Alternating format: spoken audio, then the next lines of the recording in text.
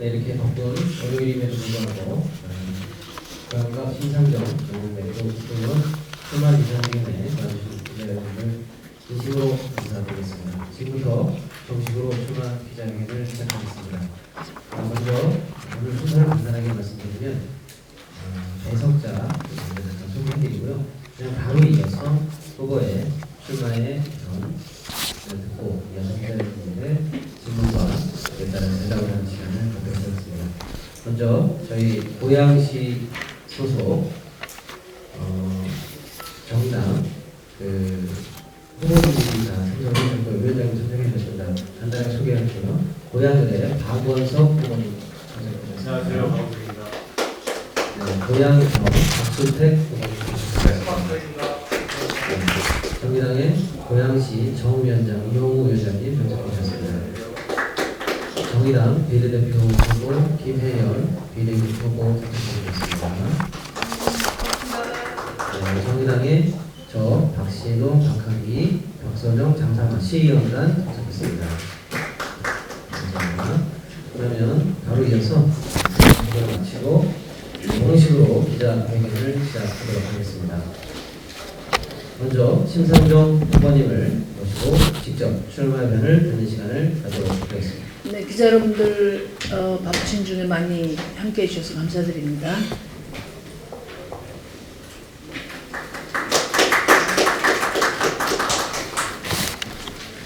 사랑하는 고양 시민 여러분, 덕양 주민 여러분, 코로나19로 인해 나라가 엄중한 상황에 처해 있습니다.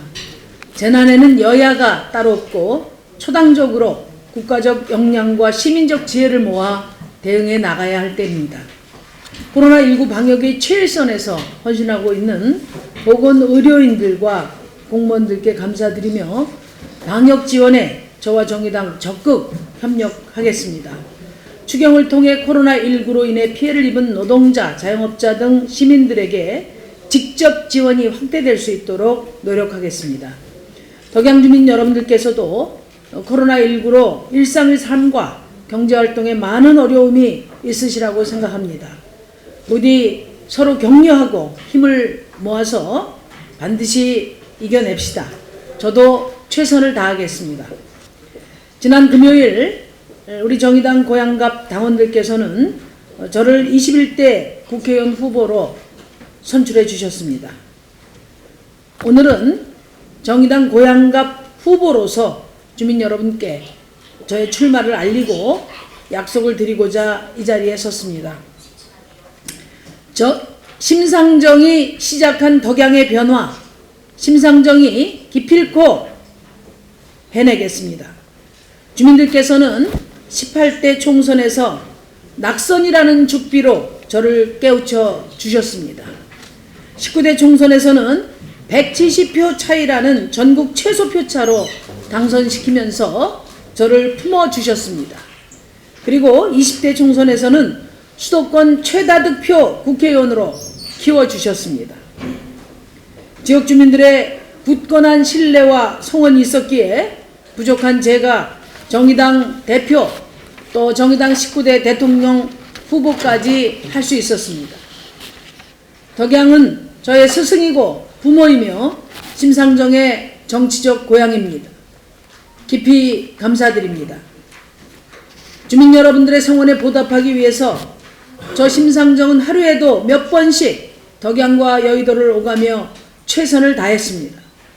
주민들께서 주신 숙제 100%를 완수하지는 못했지만 단 하나의 작은 민원도 소홀함 없이 정성을 다해왔고 그 결과는 반드시 보고를 드렸습니다. 그래서 이제는 다른 사람은 몰라도 심상정은 믿는다는 주민 여러분들의 말씀, 그것은 그 어떤 것과도 바꿀 수 없는 저 심상정의 자부심이 되었습니다. 사랑하고 존경하는 덕양 주민 여러분, 심상정 지난 8년 무엇을 했나 물으신다면 저 심상정 감히 당당하게 말씀드릴 수 있습니다. 복지시설 하나 없던 내유동에 복합문화센터 신축했습니다. 고양동 수건사업이든 군부대 이전 예산까지 확정 완료했습니다. 모두가 안 된다고 하던 신원고등학교 2021년에 개교합니다. 12년 동안 중단되었던 39번 우회도로 예산 50% 중앙정부 끌어내면서 해결됐습니다. 교회에서는 내년에 운행 재개되도록 만들었습니다.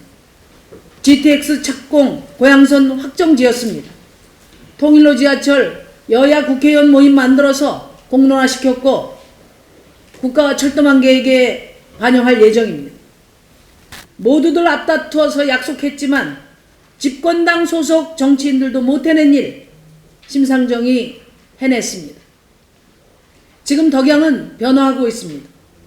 덕양 주민들과 함께 심상정이 만들고 있는 변화입니다. 여기에 안주하지 않겠습니다. 심상정에게 조금만 더 힘을 주십시오. 교섭단체 정의당이 된다면 누구나 체감할 수 있는 덕양의 변화는 한층 더 속도를 내게 될 것입니다. 저는 고양시를 대륙 위로 뻗어나가는 대한민국의 관문도시, 국제도시로 발전시키는 계획을 갖고 있습니다. 고양시를 환경 경제도시, 문화예술도시로 새롭게 디자인해서 경기도 최고도시로 성장시키겠습니다. 그것이 제가 꿈꾸는 고양의 새로운 비전, 고양의 그랜드 플랜입니다.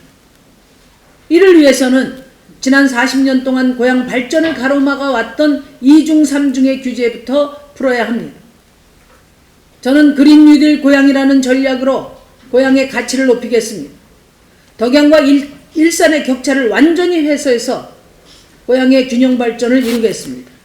이를 위한 4대 목표와 과제를 말씀드리겠습니다. 첫째, 덕양 주민의 교통평등권 실현 끝내 해내겠습니다. 교통은 시민의 기본권입니다. 교통 격차를 주민들의 숙명으로 돌려서는 안 됩니다. 이것은 정부의 책임입니다. 교통오지라고 불리우는 고양시 동북부 교통 문제를 해결하고 서울로만 향하는 교통망을 순환형, 격자형으로 바꿔 고양을 하나의 교통 공동체로 만들겠습니다. 그동안 준비해왔던 교회선 재개통 21년 완수하겠습니다. 도래울 화정 고양시청 식사동을 잇는 고양선 차질 없이 개통시키겠습니다. 지축 관산 조리 금천으로 연결되는 통일로 지하철을 국가철도망 구축 계획에 반영시키겠습니다. 킨텍스 대곡 삼성 고양시 전역을 팔자형 순환 트램으로 구축해서 고양 시민 모두가 고양의 인프라와 문화를 함께 누리도록 하겠습니다. 둘째, 덕양의 경제 지도를 새로 그리겠습니다. 저와 정의당은 대한민국이 30년 동안 먹고 사는 성장 전략으로 그린 뉴딜 경제를 제시한 바 있습니다. 저는 그린 뉴딜 고양으로 고양시를 새롭게 혁신하고 고양 국제 철도 터미널을 유치하여 평화와 국제도시의 기반을 구축하겠습니다. 고양시가 그린 뉴딜의 모범도시가 되도록 지원하겠습니다. GTX 등 5개의 철도가 교차하는 대곡역에 고양 국제철도 터미널을 유치해서 고양의 새로운 랜드마크를 만들겠습니다. 도심공항 터미널, 무역센터, 면세점, 호텔 등 역세권 개발에 나설 것입니다. 총 2,500억이 투자되는 원당 혁신지구에 테크노밸리, 폴리텍 대학 유치 등 역세권 개발로 원당의 새로운 도약을 이루겠습니다. 제가 예산 확보한 화해유통센터를 향후 국제화해 거래소로 키우고 관광 자원화해서 네덜란드에 버금가는 화해 국제 경쟁력을 갖추도록 하겠습니다.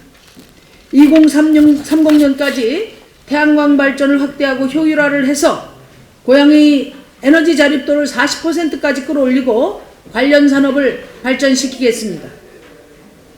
덕양 지역의 노후주택, 농업 부문의 에너지 효율을 높이는 그린 리모델링을 통해서 일자리를 창출하고 지역 경제를 살리겠습니다.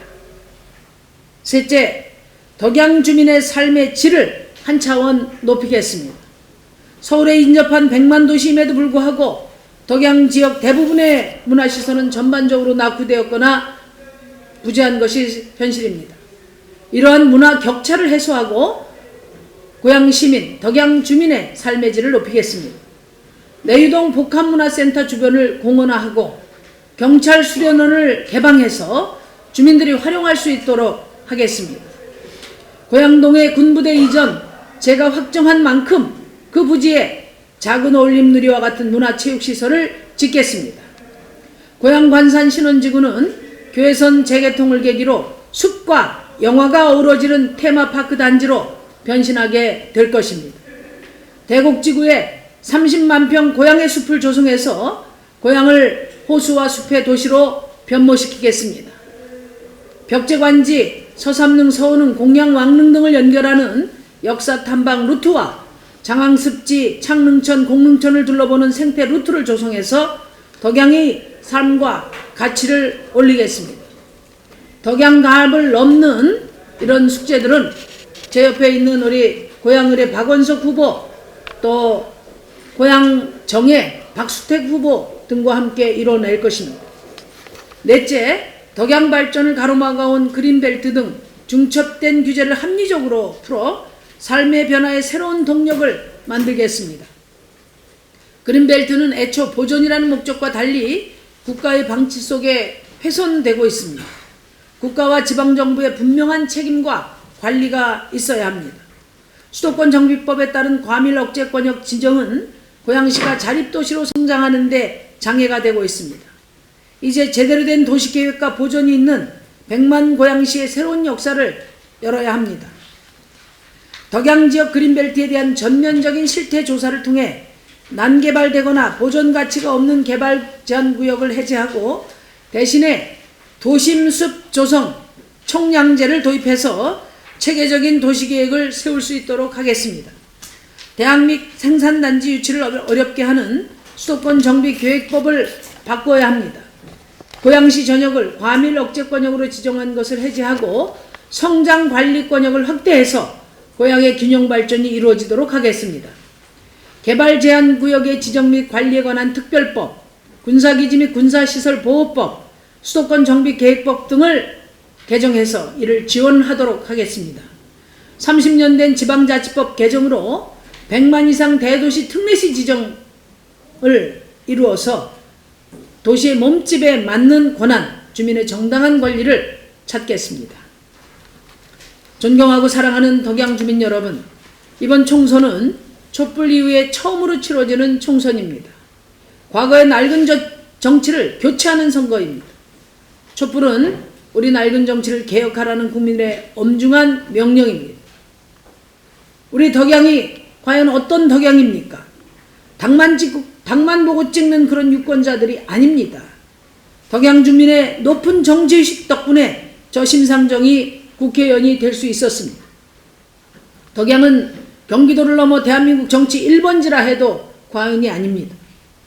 새누리당에서 자유한국당으로 다시 미래통합당으로 바꾼 국정농단 세력에게 우리 덕양을 맡길 수 없습니다. 덕양 주민 여러분, 덕양은 지금 변화 중입니다. 이번 총선은 이미 진행 중인 덕양의 변화를 완성시킬 사람이 누구인가를 선택하는 선거이기도 합니다. 집권당이라는 타이틀이 덕양을 발전시켜 줄 수 없습니다. 저 심상정이 시작한 지난 8년간 덕양의 변화가 그것을 입증하고 있습니다. 존경하는 덕양 주민 여러분, 과연 누가 덕양의 변화를 시작했습니까? 과연 누가 덕양 주민의 절실한 마음들을 속속들이 알고 있습니까? 과연 누가 변화의 의지와 덕양의 비전을 갖고 있습니까? 저 심상정과 교섭단체 정의당이 고양 그랜드 플랜으로 덕양의 변화를 완성시키겠습니다. 주민 여러분들의 소중한 한 표 한 표는 오롯이 덕양 발전과 주민 여러분들의 삶의 질 향상으로 되돌려 드리겠습니다. 심상정이 시작한 덕양의 변화, 심상정이 기필코 완성시키겠습니다. 감사합니다. 네, 경청해 주셔서 감사하고요. 질문 시간을 갖도록 하겠습니다. 먼저 손 들어주시고 나노백스의 장명대 의원님. 네, 한성일보 정명달 기자입니다. 어제 진보비례 연합정당 참여하지 않는 걸로 발표를 하셨습니다. 네. 정당 투표에서 국민적 지지 자신 있는지에 대한 답변과 3당 후보가 경쟁하는 구도가 거의 10년 만에 만들어졌습니다. 그동안 정치 야합이다라는 비판도 있어왔던 게 사실입니다. 그러함에도 불구하고 이번 21대 총선에서 3당 후보가 경쟁하게 되는데요. 그 경쟁 구도 속에서 승리할 수 있는 자신감이 있으신지, 있다면 본인 후보만의 필승 전략이 아니면 공약이 있다면 발표하지 않은 것 중에서 한 가지만 말씀해 주시기 바랍니다. 우선 이번 선거제도 개혁의 핵심 내용인 연동형 비례제는 더 이상 소모적인 대결로 날을 새는 양당 체제를 극복하기 위한 대안으로 제시된 것이고, 또 이 양당 체제 하에서 외면되었던 우리 국민들의 다양한 요구, 더 나은 진보에 대한 열망을 실현시키기 위해서 개혁을 한 것입니다. 그런데 그런 제도개혁의 취지를 완전히 외면하고 미래통합당이 미래한국당이라는 위헌적인 위성정당을 만들어서 국민의 표를 도둑질해 가려고 합니다. 저희 정의당은 이런 미래한국당의 위헌적인 이 꼼수 정치에 대해서는 이미 위헌 소송을 했고 반드시 퇴출시킬 것이라는 약속을 드립니다. 미래한국당이 위헌적이고 꼼수 정치를 한다고 해서 연동형 비례대표제 개혁을 함께 해왔던 그런 정당들이 꼼수로 맞서는 것은 온당치 않다. 우리 국민들이 양당 체제를 혐오하는 것은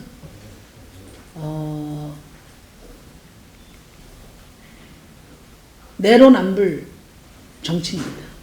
상대를 이기기 위해서 상대가 잘못한 것을 합리화하는, 적을 이기기 위해서 적을 닮아가는 이 내로남불 정치 때문에 국민들의 정치 불신이 커지고 있습니다.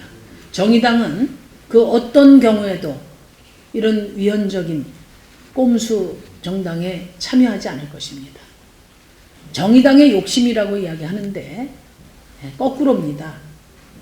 정의당이 실제 밥그릇 계산을 한다면 경우에 따라서는 이런 꼼수 연합정당이 훨씬 유리할 수도 있습니다. 그러나 국민들은 계산대로 움직이지 않습니다.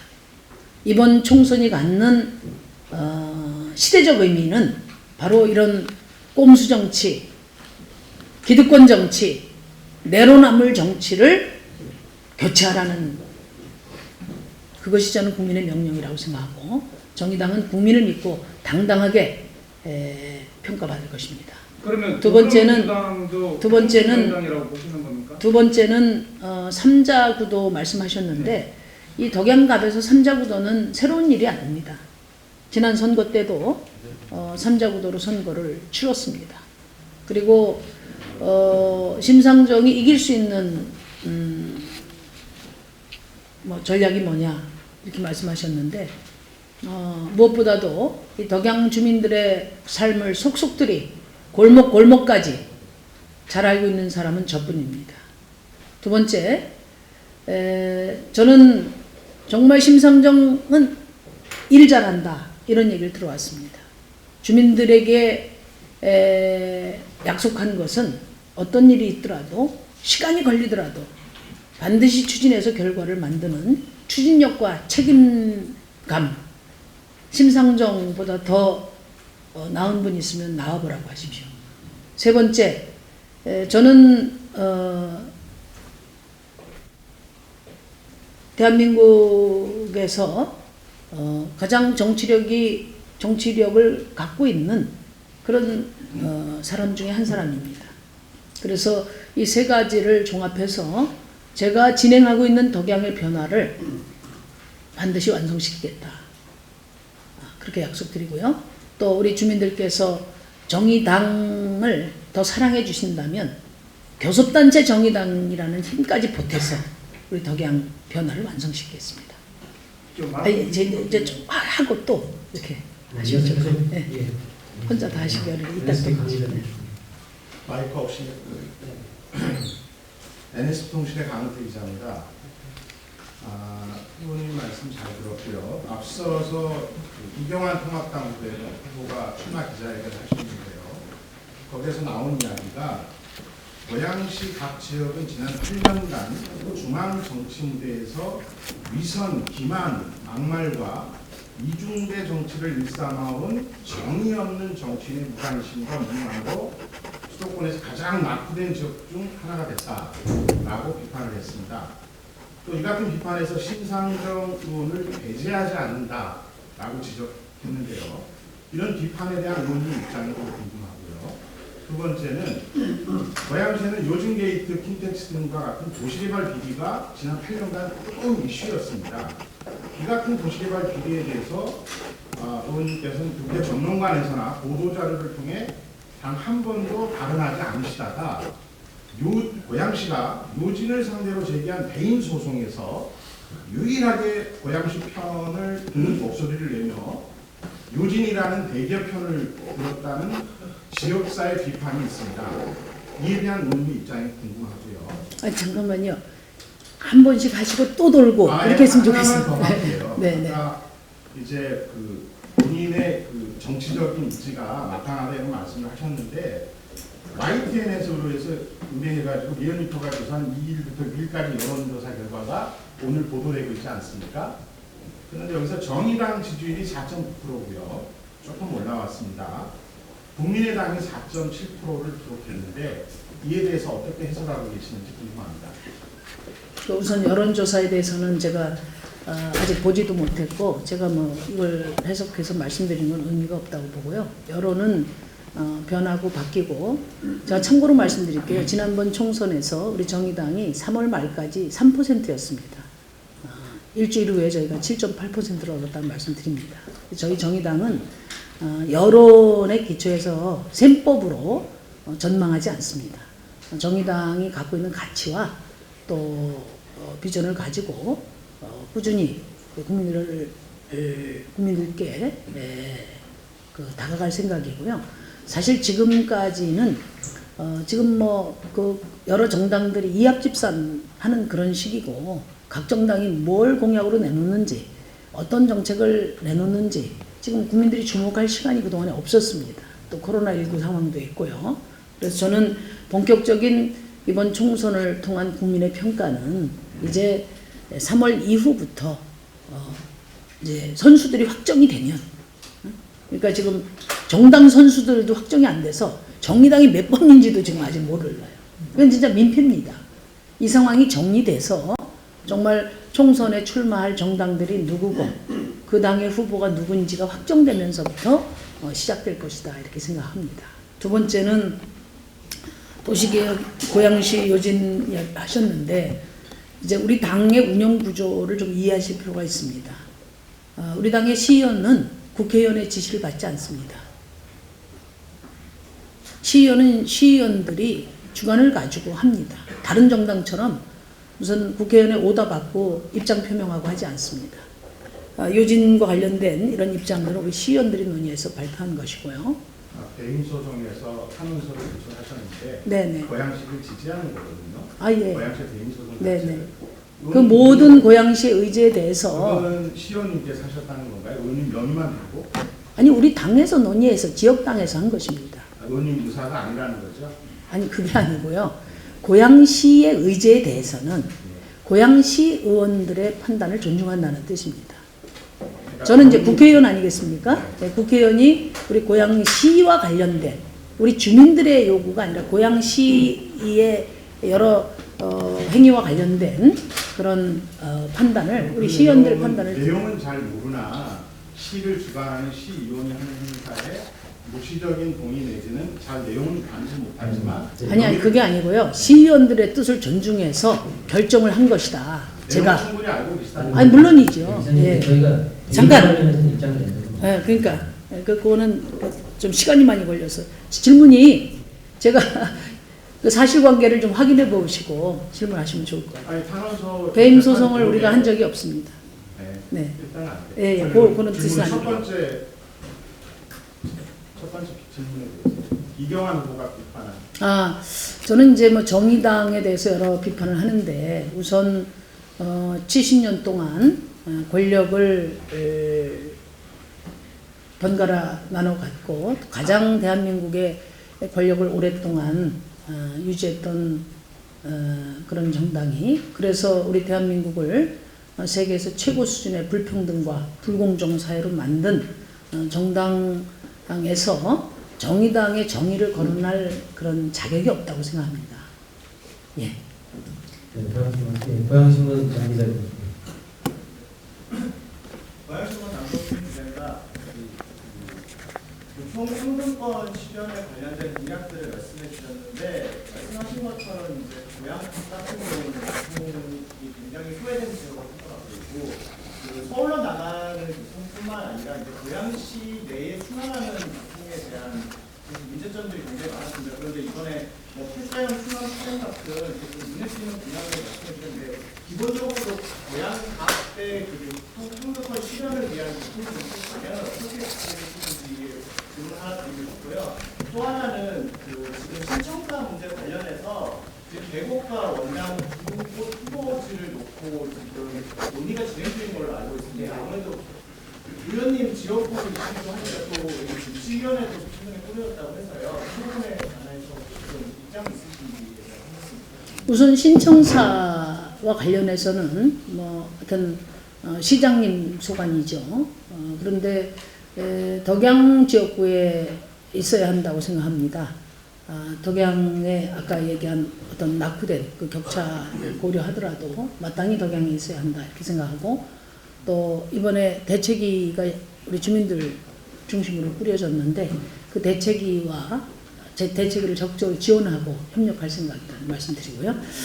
그리고 고양시 교통격차 이게 제가 국회의원이 돼서 가장 심혈을 기울인 분야입니다. 지금 고양시의 교통은 특히 철도 교통권은 한강을 중심으로 한 고양시로 치면 남서부 쪽으로 집중되어 있습니다. 그래서 중부, 북부 쪽에 철도가 없기 때문에 많은 시민들이 문제 제기를 하고 있습니다. 고양시를 하나의 교통 공동체를 만들기 위해서는 첫 번째는 철도 교통권을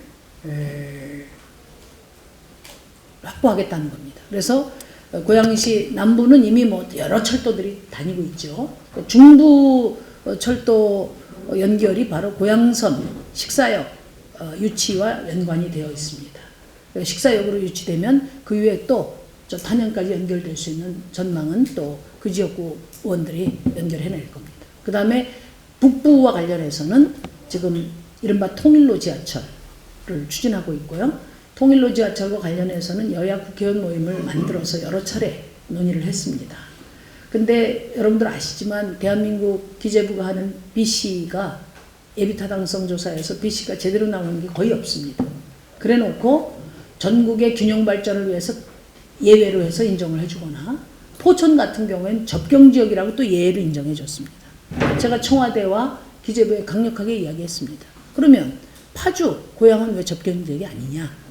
그래서 고양은 직전면에 있지 않다. 그럼 파주는 어떻게 되냐? 그래서 파주도 접경지역의 케이스를 적용하는 방안을 검토하도록 만들었습니다. 그래서 이제 파주에서 출발하면 지축 또는 삼성까지 연결이 되는 것이기 때문에 국가 철도망 계획에 반영시킬 만큼 준비가 되었다. 그 말씀 드리고요. 그 다음에 이제 또 하나는 이제 교외선 문제입니다. 모든 후보들이 교회선 재개통을 약속했습니다. 근데 굉장히 외람된 말씀이지만 제가 국회의원이 돼서 이 사안을 다루면서 이전 전임자들이 진짜 일을 하지 않았구나 이렇게 느꼈습니다. 뭐 복잡한 말씀은 이제 생략하고 문재인 대통령께서 수도권 순환철도를 공약하셨습니다. 그것은 복선철도화 하는 거죠. 근데 그렇게 하려면 시간이 굉장히 많이 듭니다. 그래서 그건 그대로 정부 계획대로 하시고 제가 정부에 요구한 것은 기왕에 철도가 있으니 단선철도라도 있으니 운행을 복선철도 연결될 때까지 운행을 빨리 재개해달라. 그래서 21년도 대곡소사역 개통과 함께 개통하는 것을 목표로 지금 진행 중에 있고요. 국토부에서도 21년 대곡소사역 개통할 때 맞춰서 개통하는 것을 그런 원칙으로 지금 추진하는 것은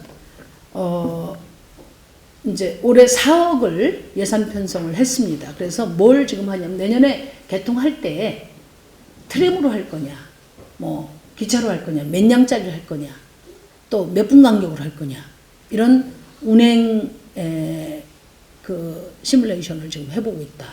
그런 말씀을 드립니다. 그러면 이 교외선이 그동안에 개통될 때 가장 큰 문제가 운영비 적자 때문에 이제 논란이 됐는데 그것은 저희가 여러 차례 협의해서 중앙과 그다음에 경기도 그다음에 3개 지자체 고양시, 양주시, 의정부시가 분담하는 방안을 제시해서 이재명 도지사와 3개 기초 단체 시장들과 또 저와 이렇게 MOU를 체결한 기사를 아마 보셨을 겁니다.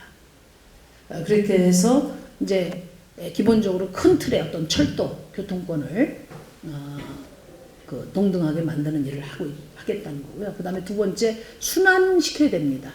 저기 벽제 관산 쪽에 사시는 분들 아이들이 이 화정고등학교나 이렇게 오려면은 5,000원씩 하루에 교통비가 든단 말이죠.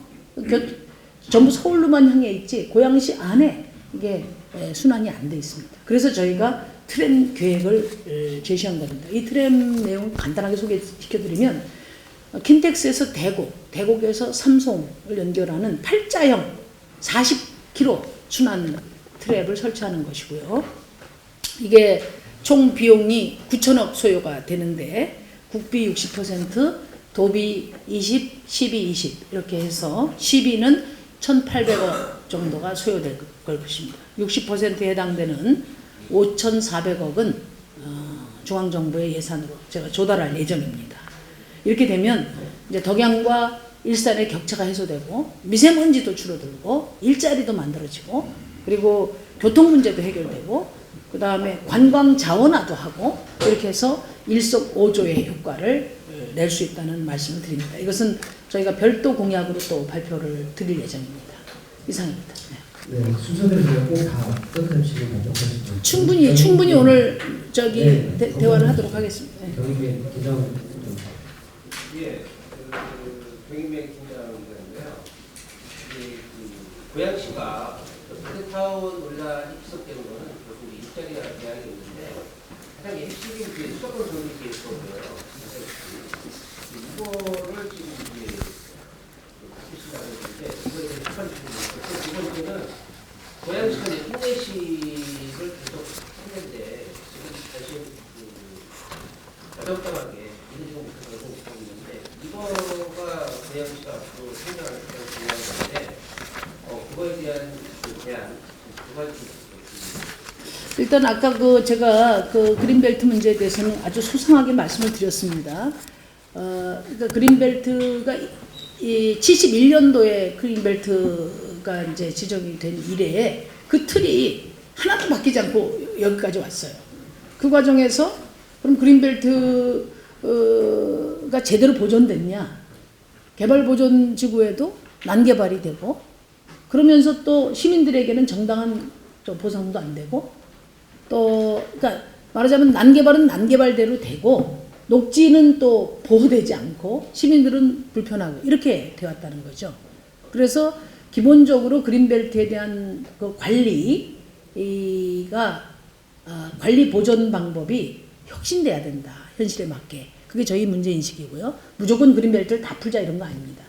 이미 도시화된 그린벨트를 확실하게 보존해야 될 걸 확실하게 보존시키고, 그 다음에 이미 도시화된 여러 그 실효성이 없는 그린벨트는 주민들에게 보상도 제대로 재산 행사권도 부여하고, 그리고 그린벨트를 그러니까 도시화된 중에 있는 실효성 없는 그린벨트는 해제해서 말하자면 지역 활성화에 보탬이 되도록 해야 된다는 게 이제 골자입니다.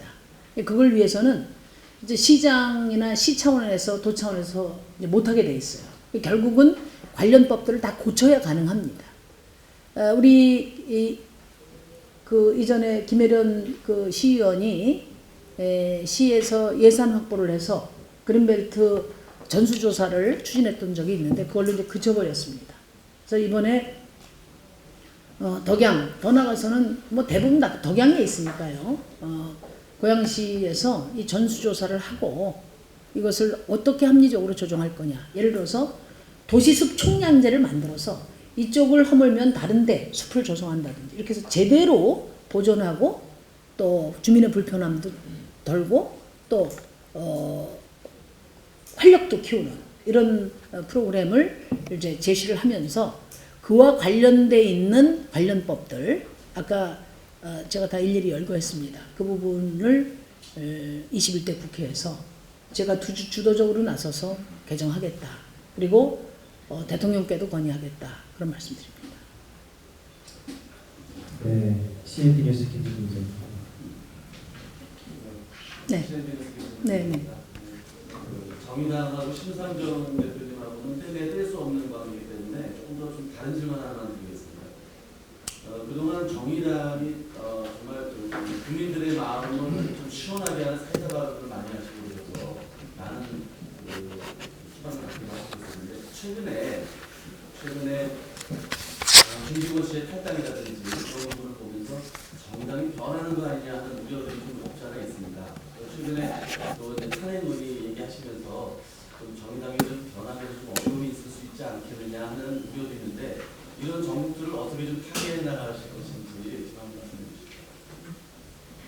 주시죠.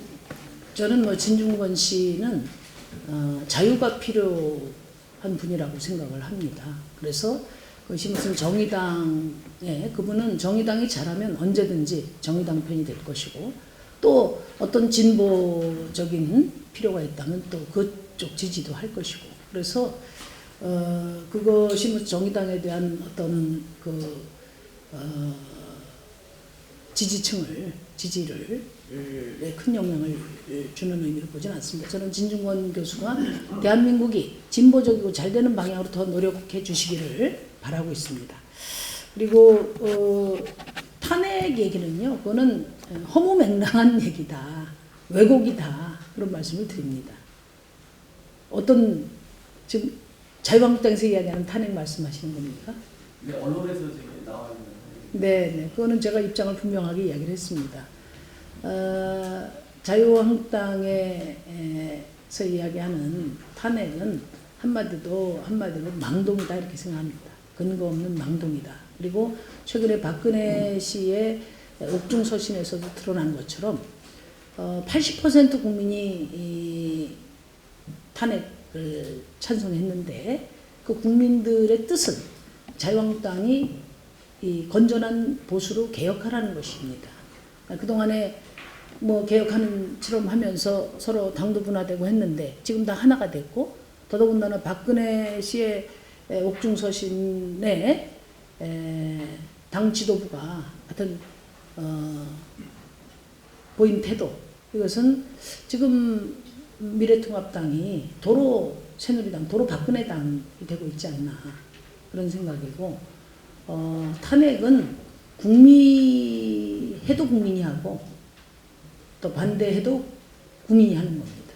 박근혜 씨 탄핵은 국민들 80%가 이뤄낸 탄핵이고 자유한국당 지금 미래통합당에서는 그 뜻을 겸허히 받들어야 한다고 생각합니다. 네, 경인의 김학의 부장님. 네, 경기도 김한기입니다. 교섭단체 대표 교섭단체를 만들기 위한 의원 확보 계획이나 방안에 대해서 말씀드리고요. 그다음에 야당 대표 지역의 생산 사선으로 사정이 되시면 전적으로 어떤 변화가 있는지 그 과정에서 야당과 주장하는 낡은 진보라는 소리를 어떻게 극복하실 건지에 대해서 말씀드립니다. 이번에 저희 비례대표 후보 공천을 보면 거기다 어떤 정당이 낡은이라는 수식어를 붙일 자격이 있나 제가 되묻고 싶습니다. 우리 당은 이번 총선이 지나면 대한민국 국회에서 35세 청년들을 국회의원을 가장 많이 보유한 정당이 될 것입니다. 다들 말뿐입니다. 청년 이야기했지만 말뿐입니다. 저희 정의당은 당선권에 청년 1, 2번, 11번, 12번 청년들을 과감하게 내줬고요. 그리고 정의당이 대한민국의 시대정신을 이끌어 온 것을 누구도 부정할 수 없을 것입니다. 그분들이 정의당을 공격한다고 해서 자신들이 정의로워지지 않다는 것을 그것을 인식해야 됩니다. 100석 이상 가진 거대 정당이 진짜 미래한국당은 집권을 포기한 정당 같습니다. 여당하고 경쟁해서 이길 생각은 하지 않고 당 지도부부터 전부 정의당 공격하는데 혈안이 되어 있는데 그만큼 정의당의 성장에 대한 두려움이 있다고 저는 생각합니다. 그리고 교섭단체는 국민들이 만들어 주실 거라고 봅니다. 이번 연동형 비례대표제의 핵심은 거대 양당이 부당하게 가져갔던 의석수를 내려놓는 것인데 자유한국당이 미래한국당이라는 해결한 위원 정당을 만들어서 사실 그 의석 도둑질을 지금 시도하고 있기 때문에 정의당이 큰 차질을 빚고 있는 건 사실입니다. 그렇지만 저는 국민들을 믿습니다. 지금 국민들이 가장 원하는 것은 매일 싸움질만 하는 저 거대 양당 체제 이거 이제 끝내야 된다. 합리적인 비전 정책을 갖고 경쟁하는 다당제의 협치 정치로 바꿔야 된다. 말하자면 양당 체제 교체를 위해서 다당제로 가는데 가장 역할을 할 정당이 어디입니까? 정의당입니다. 저는 우리 국민들이 지혜롭게 선택해 주실 거라고 봅니다. 네, 우리경입니다. 이거 서울신문의 강군 기자입니다. 신선정 의원님께서 정의당 당대표님 이 질문을 제가 안 묻고 갈 수가 없기에 질문 한번 드리겠습니다. 지금 신선정 대표님께서 박원서 후보님 출마 기자 의견 자리에서 전략적 선거 연대는 분명히 없다라고 말씀하셨습니다. 근데 요즘 당가에 지금 많은 얘기가 지금 나오고 있습니다. 지역구까지 보장해 달라는 얘기가 있습니다. 그러면 전략 그거를 지역구로 연합해서 선거하겠다는 뜻 아닐까요? 요거에 대해서 분명한 입장을 밝혀 주시고요. 또 한 가지 그럼 정당에서 범여 비례정당에 참여하지 않겠다라고 입장을 분명히 말씀하셨습니다. 이게 정치는 이해찬 대표님께서 승복이라고 말씀하셨는데 이거에 대해서 한 말씀 드리게요. 그러면 정의당에서 전국에 후보를 낼 생각은 있는지 입장을 한번 말씀해 주시면 감사하겠습니다. 우선 지역구 보장이라는 말은 뭐 누구 말입니까? 같은 정가에서 보장해 달라는 얘기가 많이 돌고 있습니다. 떠도는 소문에 제가 답해야 될 필요성을 느끼지 못하고요. 네. 저희는 그런 얘기를 한 적도 없고 생각한 적도 없고 할 생각도 없다는 말씀 드리고요. 그 다음에 이 지역에서도 마치 무슨 민주당이 이제 더 이상 양보 없다 이렇게 말을 하는 분들을 보면은 제가 좀 황당하게 느낄 때가 있습니다. 민주당으로부터 양보받은 거 없습니다. 지금까지. 19대 때, 아니 18대 때죠. 19대 때 후보 단일화를 해서 제가 8대2로 이긴 적이 있습니다. 그거 이외에는 어떠한 그것도 후보 단일화 경선 민주당 방침에 따라서 제안이 있어서 제가 수용한 거고요. 정정당당하게 경선에서 제가 이긴 겁니다. 지난번에는 3파전으로 선거 치러서 제가 이겼습니다. 이 지역에서 민주당에서 뭘 배려하는 것처럼 그렇게 이야기하는 것은 민주당에서는 그런 생각을 하지 않고 있기 때문에 그렇게 이야기할 것 같지는 않습니다. 근데 언론에서 일부 그렇게 이야기를 하는데 제가 알기로는 그 민주당도 그렇고 통합당도 그렇고 이 덕양갑에 이름값이 높은 분들을 공천하고 싶어한 것으로 알고 있습니다. 근데 신청자가 없었습니다. 저는 그 이유를 덕양 지역 주민 여러분들의 높은 정치의식 때문에 감히 공천 신청을 하지 않은 것이다. 이렇게 저는 생각을 합니다. 그게 진실에 가까울 것입니다. 그 말씀드리고요. 또 법률 비례정당 문제는 제가 다시 말씀드릴 필요가 없습니다. 여러 차례 이야기를 했고 어제 우리 전국위원회라는 의결기관에서 만장일치로 어떤 경우에 비례정당에도 참여하지 않는다는 분명한 원칙을 확인했다는 말씀드립니다. 네, 유시스 네, 뉴스중에 네, 적으니까 지금 20대하고 21대 이 선거가 의원 선거가 굉장히 치열하다고 느끼고 있는데요. 이번에 각 당이 사직생의 각오로 후보를 내놓고 있습니다. 그래서 이 고향만 하더라도 전략공천으로 내놓으신 분들이 여러 분 계시거든요. 전략공천에 대해서 이게 선거 전략인지 아니면 앞으로 이 전략공천이 후보자께서는 꼭 있어야 되는 정책인지 말씀을 해주십시오. 근데 저희 당은 전략공천이 없거든요. 그건 아마 이제 전략공천하는 당에 여쭤보셔야 될 것 같고요. 저희 당은 후보자를 당원들이 아래로부터 직접 선출합니다. 그래서 우리 고양시에 이번에 박원석 고양을 후보, 또 고양병에 우리 박수택 후보 이렇게 나와 계신데 도중 사퇴하는 거 아니냐 이런 질문을 어떤 분이 이야기하는데 그럴 일이 없습니다.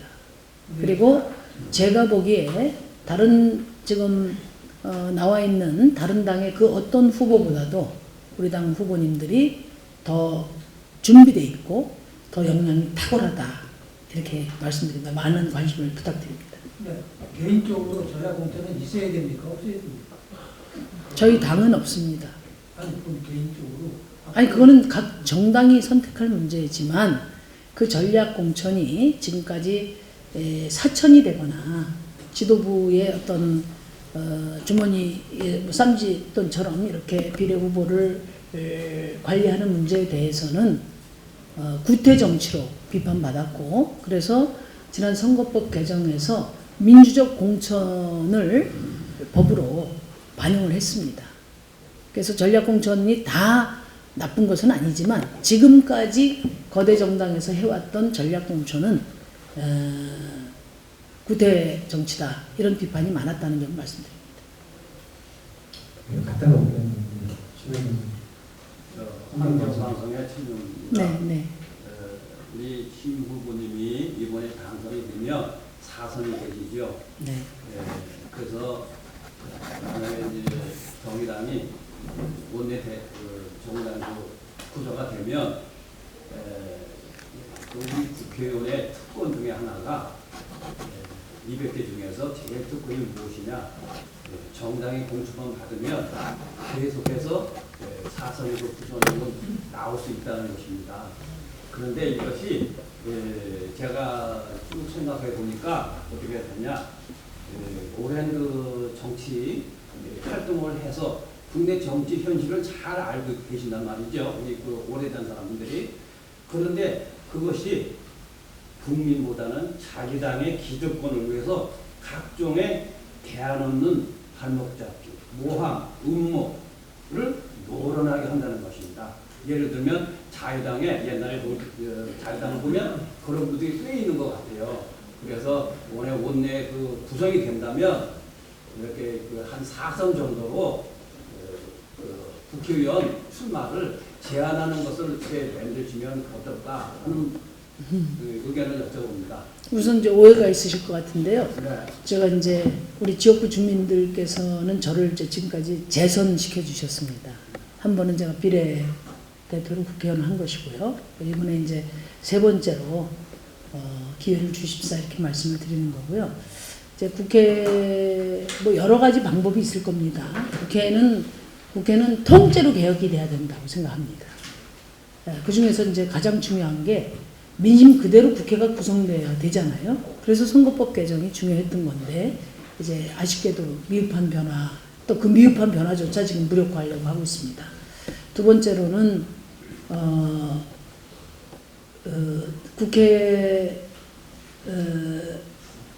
국회 대한민국 정치의 특징이 국회는 약하고 국회의원은 셉니다.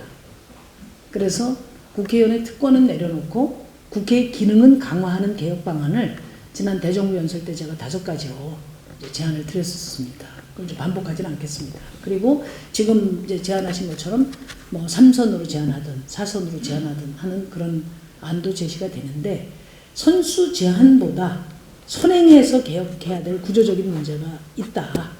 예, 그래서 그 구조적인 개혁을 하고 이제 필요하다면 선수 제한도 검토해 볼 필요가 있다 이렇게 생각합니다. 네, 그런데 그것이 말씀하신 대로 큰 것을 해야 되는데 전혀 하지를 않고 맨날 말만 하니까 제가 여쭤보는 겁니다. 네, 정의당이 교섭단체가 되면 입법 과정에 힘을 좀 갖게 될 거라고 생각합니다. 마지막으로 하고요. 끝나고 나서 이제 마치고 따로 여기서 그대로 뺏겨서 가도록 하겠습니다. 네, KTV에서 시작합니다. 네. 심상정 대표님 이제 지역구의 어떤 국회의원 후보로서도 이제 거기에 나오셨지만 정황당에서 기준이 있기 때문에 의문이 되는 건데 여기 보면 덕양 주민의 높은 정치적인 의식 때문에 더 심상정이 국회의원이 될 수 있었다 이렇게 말씀하셨는데 그 덕양 주민의 높은 정치 의식이라는 것은 정의당의 가치를 말하는 건가요? 이제 정의당의 가치가 있다면 그것이 뭔지 말씀해 주시고요. 네, 또 아시겠지만 연동형 비례제 대표제 도입을 해가지고 민주당이 이중대라는 비판의 소리를 많이 듣고 있는데 거기에 대해서 한번 말씀해 주시죠. 제가 좀 우리 기자님들에게 말씀드리고 싶은 것은 다른 정당들에 대한 평가 잣대와 정의당에 대한 평가 잣대가 너무 다르다. 그 점 말씀드립니다. 수많은 약속과 그것을 이행하지 않고 말 바꾸기, 이것은 지금 기존 주류 정당의 일상입니다. 정의당은 그렇게 말 바꾼 적이 없습니다. 지난번 조국 승인, 그것은 개혁 공조를 유지할 것이냐, 그러면 개혁 공조를 깰 것이냐, 이런 상황에서 결정한 것입니다. 정의당이 20년 동안을 이 어려운 꽃길 다 마다하고 풍찬노숙하면서 이 길을 걸어왔습니다. 여러분들 한번 생각해 보세요. 이렇게 씨 뿌리고 자력으로 물 주고 걸음 주고 해서 20년 동안 성장하고 있는 정당이 있습니까? 대한민국에? 다 기성정당에 몸담고 필요할 때마다 이합집산하면서 교섭단체 만들어 왔지 않습니까? 바른미래당이 그동안의 교섭단체였습니다. 국민이 선택한 제3당이 아니었습니다. 이합집산한 자유한국당에서 20석을 갖고 나온 그런 교섭단체 아니었습니까? 그래서 일부 시기를 빼고는 5당인 저희 정의당이 늘 지지율 3위를 유지해 왔습니다. 그게 현실입니다. 그리고 국민의당 말씀하시는데 국민의당이 지난 총선에서 선전했지만 그 전에 안철수 대표가 새정치한다고 하면서 민주당에 들어가서 제가 국민의당을 그러니까 제가 설명을 드리는 거예요. 그러니까 그렇게 해서 20석 갖고 나와서 선거 치른 겁니다. 제가 드리는 말씀은 20년 동안을 6석, 5석을 이런 소수정당의 서름을 참아가면서 20년 동안 지속해온 정당을 무슨 2중대니 3중대니 이야기하는 것은 어불성설이다. 제가 그 말씀 드리기 위해서 말씀드린 겁니다. 그렇게 저희가 걸어온 길이 녹록한 길이 아니었습니다. 아니 그럼 정의당의 가치를 뭐라고 이렇게 딱 말씀을 할 수 있습니까? 정의당이 앞으로 해야 될 가장 중요한 일 3가지로 생각합니다. 하나는 차별과 불평등을 극복하는 것이고요. 또 하나는 기후위기를 넘어서는 것입니다. 3번째는 대한민국 전체를 젊게 만드는 것입니다. 그걸 우리는 대한민국 청년하다 이렇게 이야기하는데 그 첫 번째로 대한민국 정치를 세대 교체하는 일입니다. 그 3가지를 지금 이번 총선을 통해서 국민 여러분께서 성원해 주신다면 불평등 해소와 기후위기 극복 그리고 낡은 정치 세대 교체 이것을 해내겠습니다. 네. 추가 질의 주셔서 감사하고요. 이제 아까 의원님 말씀하셨던 거 잘 들었는데요. 중요한 거 하나 여쭤보겠습니다. 의원님께서 이제 준연동형 비례대표들을 사실상 주도하셨는데요. 지금 국민들은 비례대표와 관련해서 자신의 행사하는 주권이 어떻게 행사되는지 잘 모르고 있습니다. 따라서 이는 헌법에서 보장한 참정권을 침탈한 것이다 라는 지적이 있는데요. 이에 대한 의원님 입장이 좀 궁금하고요. 또 하나는 아까 말씀하셨는데 진중권 교수는 정의당이 잘하면 언제든지 돌아오신다 이렇게 말씀하셨는데 제가 그렇게 말씀드린 적 없습니다. 아까 정의당이 잘하면 돌아오실 겁니다. 언제든지. 그렇게 말씀드린 적이 없습니다. 진중권 교수는 자유가 필요하신 것 같다. 그리고 정의당이 잘하면 언제든지 돌아온다.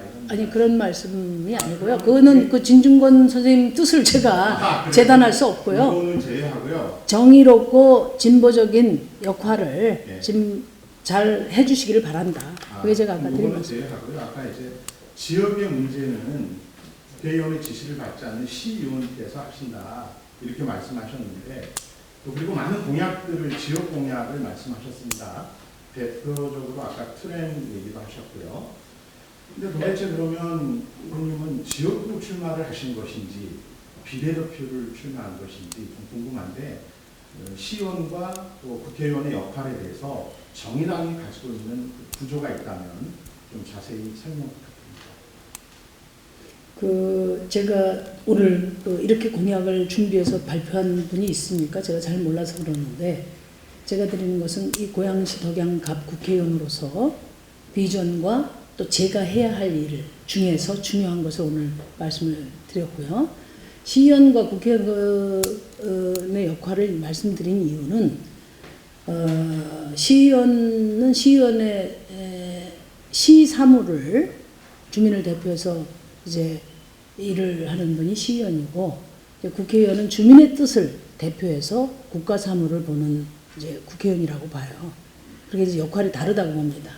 그렇다고 해서 그럼 시의 일을 안 한다는 게 아니라 우리 주민들의 요구 중에 시정부가 해야 될 일들을 직접적으로 맡아서 역할을 하는 게 시의원이고 우리 주민들의 요구 중에 국가 행정부나 정부 또는 입법 이런 개선을 통해서 이루어야 될 것을 제가 하는 것이고 시의원과 국회의원은 상하관계가 아니라 협력하는 관계라는 점을 말씀드린 거예요. 다른 정당은 모르겠습니다. 제가 뭐 잘 모르지만 국회의원이 시의원을 말하자면 예, 종속적으로 이렇게 역할이 규정되어 있는 경우를 많이 봤습니다. 근데 우리는 그렇지 않다는 말씀을 제가 드리는 거예요. 그래서 저희가 고양시 일을 이 덕양구 일을 안 한다는 게 아니라 덕양구의 일 중에서 시가 해결해야 될 일을 대표하는 게 시의원이고 정부나 국회가 해야 될 일을 대표하는 게 국회의원이고 그러면 고양 주민들을 위해서 우리 덕양 주민들을 위해서 시의원과 국회의원은 서로 어떻게 됩니까? 당연히 협력을 해야 되죠. 그렇게 대등하게 협력하는 관계다. 그 자랑을 제가 드리려고 했는데 조금 오해가 있으셨던 것 같아요. 참정권 침탈이라는 지적. 아, 예. 그거는 글쎄 뭐 말이 안 되는 얘기잖아요. 대한민국 국회에서 합법적 절차를 통해서 개정된 법이고요. 그리고 주민들께서 누구를 찍어야 하는지 이것을 찍었을 때 어떤 효과가 나는지 이런 부분들에 대해서 지금 깊이 관심을 두고 계시다고 봅니다. 그래서 모르는 거는 뭐 상관없고요. 너무 어렵지 않습니까? 뭐 아마 중앙선관위원회에서도 또 저희 후보자들도 열심히 말씀을 드리도록 하겠습니다.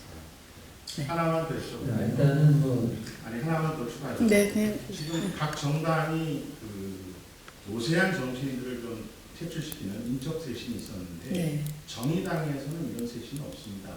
뭐 청년 대표들을 비례대표 우선순위에 두고 지향하고 있다 이런 말씀도 하셨는데 지역사회에서 신원에 대한 그 사퇴 요구가 혹시 있는지 있다면 그런 비판에 대해서 어떤 입장을 갖고 계시는지 인적 쇄신은 정의당은 안 하는 건지 이런 게 좀 궁금합니다. 그런 사퇴 요구는 받아본 적이 없고요. 그 주민들의 신임 여부를 결정짓는 것이 저는 총선이라고 생각합니다. 특정 정파나 특수한 정치적 목적을 가지고 공격하는 여러 언어들에 대해서 제가 일일이 답변 드릴 필요는 없다고 보고 주민들만이 그 본원을 갖고 계시고 그래서 이번 총선에서 엄정하게 평가해 주실 거라고 생각합니다. 네, 아무튼 바쁘신데 와주신 분께 감사드리고요. 이것을 일단 공식적인 기자회견을 마치고요. 또 저한테 미리 말씀하셨던 추후 인터뷰 계신 분들 나와주시고요. 수고 많으셨습니다. 네, 고맙습니다.